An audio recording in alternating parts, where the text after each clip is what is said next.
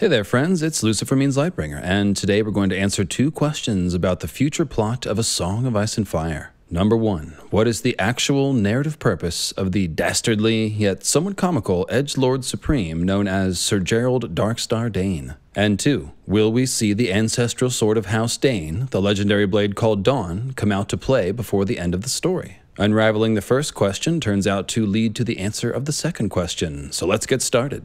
But first I want to wish a huge moon meteor-sized thank you to everyone supporting mythical astronomy via a monthly Patreon pledge or through a one-time donation at paypal.me/mythicalastronomy. The links to support the channel are in the description below, and oh look, there's a like button and a subscribe button. Oh, and a little bell to press, and we're going to make sure it's set to all so we don't miss anything, and that feels better. Ser Gerold Dayne appears in only one chapter in the series, and in between peacocking, trolling, and griping about Arthur Dayne, he actually plays a pivotal role in the events. I'm talking about the Arianne Martell chapter of A Feast for Crows, where Arianne's plot to start a war with the Lannisters by marrying Myrcella Lannister to Trystane Martell and declaring her Queen of Westeros comes to a sudden end at the end of Areo Hota's enormous steel axe, as well as Darkstar's blade. If you recall, Areo easily beheads a charging Ares Oakheart of the Kingsguard and takes Arianne into custody, while Darkstar, on the other hand, apparently makes a sudden attempt to kill Myrcella, succeeding only in wounding her face and cutting off her ear, whereupon he flees into the Dornish desert like the scoundrel he is. Then, in A Dance with Dragons, we hear a bit more about Darkstar from the lips of Doran Martell. Sir Balin is a guest beneath my roof. He has eaten of my bread and salt. I will do him no harm. No, we will travel to the Water Gardens, where he will hear Myrcella's story and send a raven to his queen. The girl will ask him to hunt down the man who hurt her. If he's the man I judge, Swan will not be able to refuse. Obara, we will lead him to High Hermitage to beard Darkstar in his den. Alright, so Darkstar has possibly provoked a war and now has fled back to his home in the Red Mountains. He's probably going to have a nasty and thrilling fight with Balin Swan and maybe Obara, although I can't help but notice that Obara and Darkstar have very similar ideas about provoking bloody war with the Lannisters, so maybe there's some common ground there. Doran Martell famously calls Darkstar the most dangerous man in Dorne, and Ser Gerold has certainly thrown a wrench into Doran's plans. Darkstar is the straw that stirs the drink down in Dorne, more or less. But I don't think that's the reason that George added his character to the story in A Feast for Crows. The reason that Darkstar was added to the story was so that he can steal Dawn. I first realized that Darkstar was going to steal Dawn when I started asking the question, will we ever see Dawn come out to play? I was thinking about that in conjunction with a little something called the 5-year gap and how that affects the role of the 2 Danes that we see in the current story, Darkstar and young Sir Edric Dayne, Lord of Starfall. What is the 5-year gap, you ask? Well, after writing A Storm of Swords, the 3rd book in the series, George R.R. Martin originally planned to have a 5-year time jump in between Storm and the 4th book, during which time the main characters would age up and level up, with the 4th book picking up with the older characters and filling the reader in on the events of the 5-year gap through flashback. Apparently it didn't work out though, and so George scrapped the planned 5-year gap and decided to pick up the story in A Feast for Crows right where he left off chronologically in A Storm of Swords. By the way, that's the reason why some of the characters are seemingly very young as the story reaches its climax. Originally, Arya and Bran and Daenerys and all the rest would have been 5 years older at the end of the story. The same is true for the valiant young Edric Dayne, also known as Ned Dayne, whom Arya finds serving honorably and faithfully as squire to Lord Beric Dondarrion in the 3rd book, A Storm of Swords. Ned Dayne is only about 13 in Storm, but think about what kind of figure he would have been post-5-year gap. At 13, he's already fighting bravely with Beric's men in real battles. He's getting to know and even taking up the struggle of the common people, and he's being exposed to the power of magic as he watches Beric die and get resurrected time after time. If you're lost, you can look and you will find me, time after time. Of course, Ned Dayne is also the Lord of Starfall, that's right, so he's the heir to a certain amount of political power and prestige. And maybe, just maybe, the famous magic sword Dawn? The world of Ice and Fire tells us that. Though many houses have their heirloom swords, they mostly pass the blades down from lord to lord. Some, such as the Corbrays have done, may lend the blade to a son or brother for his lifetime, only to have it returned to the lord. But that is not the way of House Dayne. The wielder of Dawn is always given the title Sword of the Morning, and only a knight of House Dayne who is deemed worthy can carry it. In other words, the 18-year-old Edric Dayne, who would have appeared on the pages of A Feast for Crows before Martin scrapped the planned 5-year gap, very well could have been an ideal candidate to be named the Sword of the Morning. He would have been both skilled and worthy, having proven both his prowess in battle and his character by defending the small folk from the ravages of Tywin Lannister's dogs, Gregor Clegane and Amory Lorch. The people of Starfall, and who knows who else, might see Edric's deeds as an echo of the deeds of Sir Arthur Dayne when he defended the small folk from the Kingswood Brotherhood while also representing their interest to the crown. A worthy knight of House Dayne indeed. Edric's experience with magic, specifically the very interesting trifecta of R'hllorist fire magic, raising the dead, and flaming swords, would seem to make him even more qualified to wield the magic sword Dawn as the last battle with the others draws nigh. I bet he would have been pretty hot too, and the fandom would have shipped him and everything. Forget Gendria, it would have been Edria, or, if you prefer, Gendrick. That fanfic has to be called The Hammer and the Blade, by the way, and that's free. But alas, the 5-year gap was scrapped. Ned is too young to ship or be named Sword of the Morning, and Dawn is simply far too big and heavy for him to lift. But then in A Feast for Crows, Ser Gerold Darkstar Dayne more or less rides out of the thin air of the Dornish desert and onto the pages of the story. We've never heard Ser Gerold's name dropped anywhere in the first 3 books, so this is an entirely new character that George invented while writing Feast, and that's quite telling. George has said that the sword Dawn is in fact in Starfall, not in the Stark Crypts or anywhere else, and that it's waiting, quote, for a new Sword of the Morning to rise. An 18-year-old Edric Dayne probably would have been that person, but now that he's stuck, if you will, at age 13 or 14 for the rest of the story without the 5-year gap, George has fashioned another Dayne from whole cloth, one who is old enough, strong enough, and skilled enough to wield Dawn.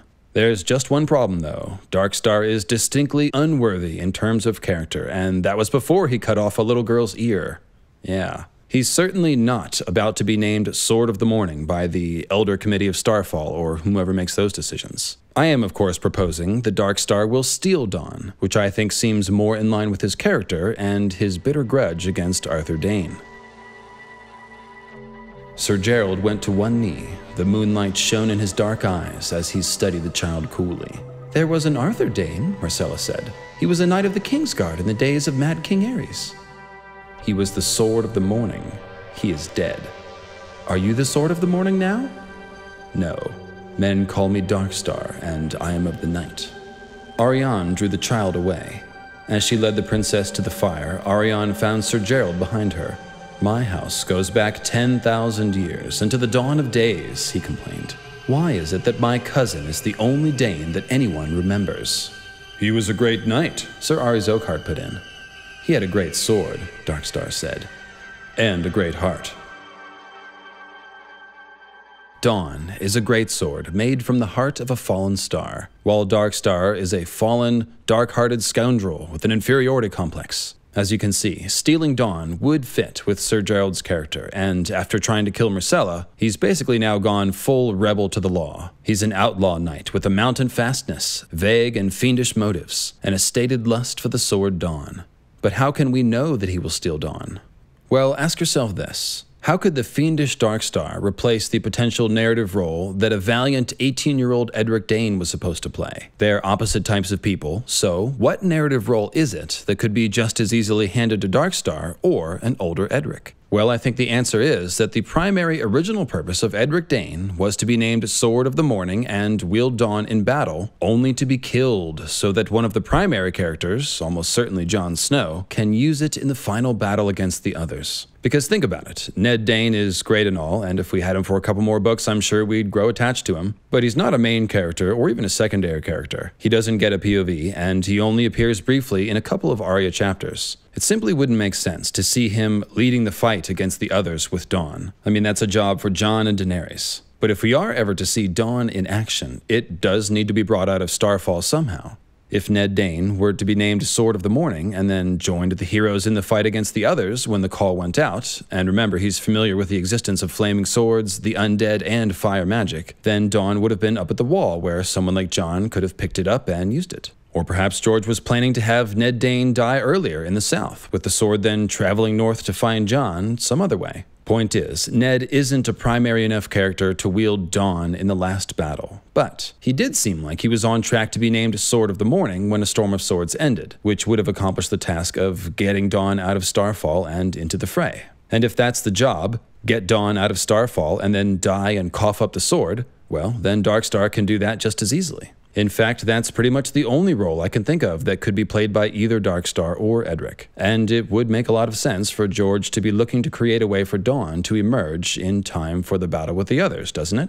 And if you think about it, it would have been kind of lame of George if he had just invented another dashing, worthy knight of House Dayne who's just a few years older than Edric to do the job. Coming up with Darkstar was a creative way to accomplish the same purpose without duplicating the character of Edric, it seems to me. Better yet, there's already a ready-made narrative context for Darkstar to steal Dawn that makes a ton of sense, given where George has taken the story by the end of A Dance with Dragons. In many ways, Darkstar is like a fallen and corrupted version of Arthur Dayne, a cheap imitation, if you will. He's a great fighter, seemingly, but doesn't have the great heart that Arthur was thought to have. Here's the thing though, Arthur Dayne was best buds with Rhaegar Targaryen. And wouldn't you know it, A Dance with Dragons has delivered unto us a cheap imitation of Rhaegar to go along with our fake Arthur Dayne. I'm speaking, of course, of fAegon, sometimes known as Young Griff, and sometimes passed off as Aegon VI Targaryen, the son of Rhaegar and Elia of Dorne, who was thought killed by the Mountain in the sack of King's Landing 17 years before the main story. We don't have time to explain why fAegon is definitely not Aegon VI, son of Rhaegar, but likely a Blackfire related to Illyrio and perhaps Varys as well, but feel free to dig into that research on your own, as it's pretty interesting. I am certainly well convinced that Young Griff is in fact fake, hence the name fAegon, as I really don't see any other possible interpretation of Dany's House of the Undying dream, where she's called the Slayer of Lies and then sees the Mummer's Dragon.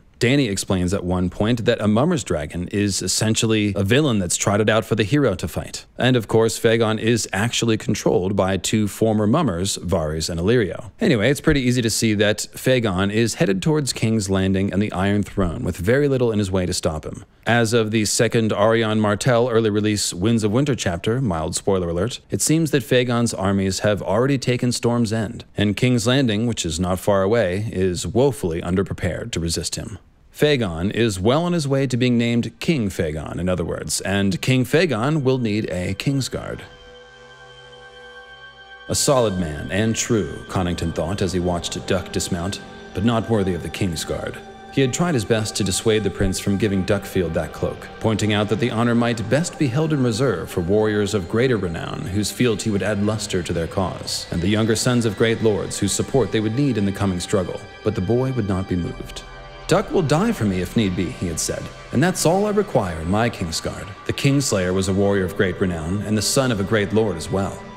At least I convinced him to leave the other 6 slots open, else Duck might have 6 ducklings trailing after him, each more blindingly adequate than the last.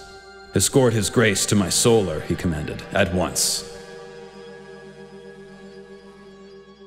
All right, well, you can kind of see who might be in charge of naming those other Kingsguard slots. Jon Connington, who is more concerned with the luster and the prestige of warriors of great renown as opposed to character. And by the way, this is the exact opposite of the criteria that Visenya Targaryen originally laid out for the Kingsguard, which specifically put the emphasis on loyalty above battle prowess or political prestige. Jon Connington is also obsessed with Rhaegar, whom he was in love with. That love and sense of devotion to Rhaegar has now morphed into a steely commitment to seat his son, quote-unquote, fAegon, upon the Iron Throne, one which Jon Con is pressing forward with aggressively, despite the fact that he's carrying a highly communicable plague, Grayscale. Or perhaps we can even say that his haste and recklessness is spurred on by his limited lifespan. And so, if Darkstar were to show up in King's Landing with Dawn in his hands, it's pretty easy to see why Jon Con would want to name him to fAegon's Kingsguard. Everyone knows that Rhaegar and Arthur Dayne were BFFs, so who better to add visual and thematic legitimacy to fAegon's claim to be Rhaegar's son and heir than a new Sword of the Morning? If Darkstar steals the sword Dawn, he'll essentially be stealing the title Sword of the Morning as well. And if the king and the power players in King's Landing want to go along with it, well, now that's the reality. So picture it now, fake Rhaegar's son on the Iron Throne, with fake Arthur Dayne at his side, dressed all in white and wielding the famous sword Dawn. It'll certainly make an impressive, if false, bit of political theater. A false dawn, if you will, which can only lead us further into darkness. One more lie for Daenerys, the slayer of lies, to slay when she comes to King's Landing. Now, there are ample narrative reasons to do it this way. Arianne Martell is seeking to become an ally of fAegon, possibly, and by the time Darkstar shows up to King's Landing, fAegon and Arianne could even be betrothed. Arianne, of course, included Darkstar in her plotting the first time around, and it's pretty heavily implied that they've slept with each other in the past. Ergo, throwing Darkstar back into the Arianne-fAegon plotline seems guaranteed to create political intrigue and drama, which is, of course, the lifeblood of all King's Landing plotlines. So as you can see, Martin has set up a little history between Darkstar and the Martells, and we still don't know what plans Darkstar might have to follow up on his attack of Myrcella, or how those plans might interact with Doran's secret plans. So bringing him to King's Landing, where we have both Arianne and two Sand Snakes, seems, again, like a move which will stir up some high drama and give the author a good chance to capitalize on the setup that he's done so far. Now, to me, Darkstar becoming part of fAegon's Kingsguard simply makes too much sense not to happen. But it doesn't actually need to happen for Darkstar to serve the simple function of getting Dawn out of Starfall. The main thing he needs to do is die, somewhere where Dawn will be picked up by folks who will get the sword to Jon. And although a King's Landing battle between the armies of Daenerys and fAegon certainly seems like a good fit for that, there are certainly other ways it could happen too. What I feel the most confident about is that Darkstar will steal Dawn, that he will eventually get what's coming to him, and that Dawn is almost certainly destined to be wielded by Jon Snow. As regular viewers of my channel will know, I've discussed the extensive foreshadowing for Jon to wield Dawn in the Dawn is the Original Ice videos, such as his scenes at the wall where his sword blade runs with pale morning light as if he were wielding a sword made of dawn light. I really like those quotes. But to close this essay, I'll simply make one point of foreshadowing. The last time that we heard about someone wielding Dawn in battle was Arthur Dayne at the Tower of Joy, where Jon was born. Wave to baby Jon in the window, everyone. Hey Jon, got your sword right here, buddy. So here's the parallel. When Arthur Dayne died at the Tower of Joy, he was a Kingsguard knight, defending Rhaegar's son with Dawn. Just as Darkstar could end up a Kingsguard knight, defending Rhaegar's fake son with Dawn. I'm saying that Darkstar would essentially be stealing Dawn and then dying in battle so that Jon can wield it, and that would be a pretty close parallel to Arthur Dayne being slain at the Tower of Joy, only to have Dawn find itself in the hands of a Stark. Ned Stark, the man who raised Jon as his son. If you liked that, there is much more Jon will wield Dawn foreshadowing in those Dawn is the Original Ice videos, but as you've seen today, these Tower of Joy parallels could turn out to be foreshadowing for the way it can come true, but we'll need Darkstar to make it work. An examination of the 5-year gap and the effect it has on the roles of the Danes in this story also points to the idea of Dawn coming out of Starfall in time for the last battle against the others. But once again, Darkstar is the straw that stirs the drink. It's always darkest before the dawn, so just remember when you see Darkstar defiling the pale milk glass surface of that legendary blade with his greasy reflection. The silver lining is that he's really just serving it up for the real Sword of the Morning, Jon Snow, who does have a decent amount of Dane blood, even assuming R+L=J is true. Which it is. Jon took a breath of the crisp morning air and allowed himself to hope. The eastern sky was pink near the horizon and pale gray higher up. The Sword of the Morning still hung in the south, the bright white star in its hilt blazing like a diamond in the dawn.